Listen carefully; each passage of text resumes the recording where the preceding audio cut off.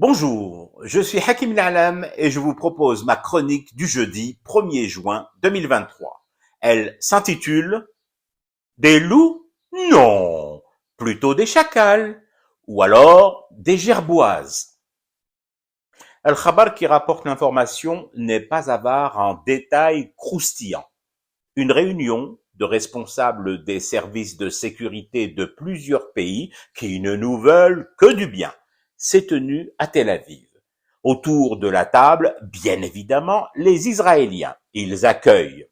Et occupant chacun un bout de cette même table cachère, des Marocains et des Français. Bien que ce soit là le seul point qui m'interroge tout de même un peu, celui de la présence des Selepsia marocains à la table.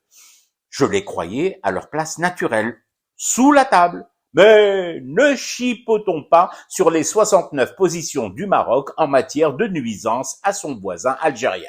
Ils se sont réunis, ces trois-là, et ont posé sur cette fameuse table des lois du suprémacisme sioniste une seule chemise. Non, pas la chemise marocaine, bien sûr. Celle-là, Momosis et son ascendance l'ont tombée depuis longtemps, avec le reste des tissus et latex d'ailleurs. Donc, un seul dossier sur la table, intitulé « Comment déstabiliser l'Algérie et la Tunisie ». S'agissant du chapitre tunisien, l'opération a même été baptisée « Lou Dib ». L'occasion pour moi tout de même là de pousser un coup de gueule contre le manque d'imagination de ces services israéliens, français et marocains. Dib, le loup, mais enfin, arrêtez de porter ainsi atteinte à cet animal si noble et si racé. Merci pour l'intérêt visiblement chaud et empressé que vous portez à notre désédie et à la Tunisie. Mais quand vous baptisez, baptisez bien les mecs, faites au moins cet effort.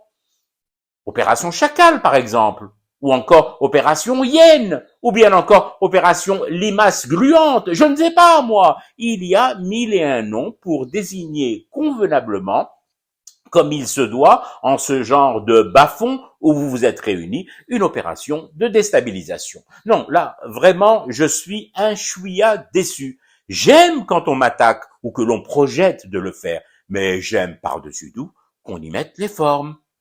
En même temps, quand par le passé, t'as rien eu d'autre comme étincelle entre les deux oreilles que de baptiser tes opérations criminelles gerboises ou jumelles, faut pas non plus s'attendre plus tard, bien plus tard, à plus d'intelligence. Mais je m'égare.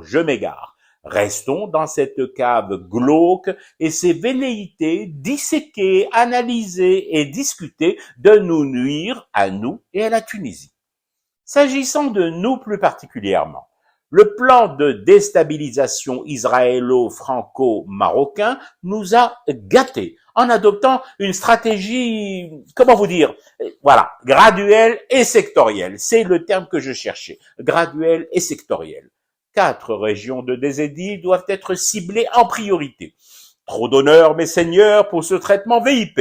4 wilayas d'Algérie en première vague dans cet assaut. Waouh! Et ciblé comment? En y suscitant de diverses manières, de vilaines manières bien évidemment, des manifestations de protestation et d'expression de colère sociale. Ah, rien que ça. C'est-à-dire que l'Algérie, qui a géré comme pas un pays au monde plus de 2 années de manifestations populaires, le Dihirak, mouvement de foule hebdomadaire, tous les vendredis, voire et tri-hebdomadaires, à travers l'ensemble du territoire, sans effusion de sang, sans blessés ni morts, 96 semaines d'affilée, et là quoi? Toi, de ta cave, schlinguant le chacal en rut, à Tel Aviv, tu rêves de créer des troubles dans 4 régions de mon bled. Désolé, mais je m'étouffe tellement de rire, mes zygomatiques sont dans un état d'hyperactivité tel que je te laisse à tes fantasmes et m'en vais calmer mes crampes d'estomac en fumant du thé et en restant éveillé à votre cauchemar à 3 qui continue. C'était Hakim Na'lam, je vous retrouve samedi pour une autre chronique et une autre façon de dire son amour à l'Algérie.